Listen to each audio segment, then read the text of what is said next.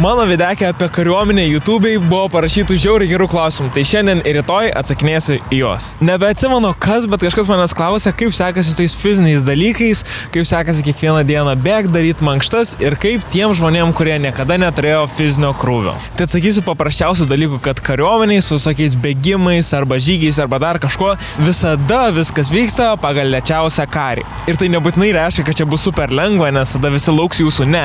Jūs busit pušinami, kad eitumėt greičiau ir kitiem nereikėtų jūsų laukti, tai net ir tie, kurie būdavo super lėčiausi, kažkaip ištverdo. Ir šiaip, man atrodo, kariuomenė yra puikia proga įgauti gerą fizinę formą. Ir tikrai dauguma neateina iš karto galėdami padaryti 50 atsispaudimų, žiauriai greitai nubėgti ar ten dar beleką padaryti. Bet jums tada kiltų klausimus, bet aš niekada nieko nepadariau, nieko nepadarysiu, čia neįmanoma. Tai tokia aš jums atsakysiu, kad jūs tiesiog niekada pakankamai savęs nepaspaudėt. Nes patikėkit manim, kiekvieną dieną darydamas tos pačius atsispaudimus, kiekvieną dieną bėgdamas, tu nejučia, bet pradedi tobulėti ir vis gerėja, kol galiausiai išlaikai ir visus fizo dalykus ir viską. Beje, paskutinėje savo 31 serijoje aš jums papasakosiu apie fizo.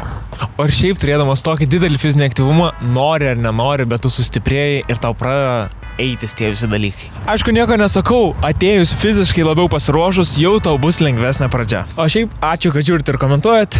Iki rytojaus. Ate.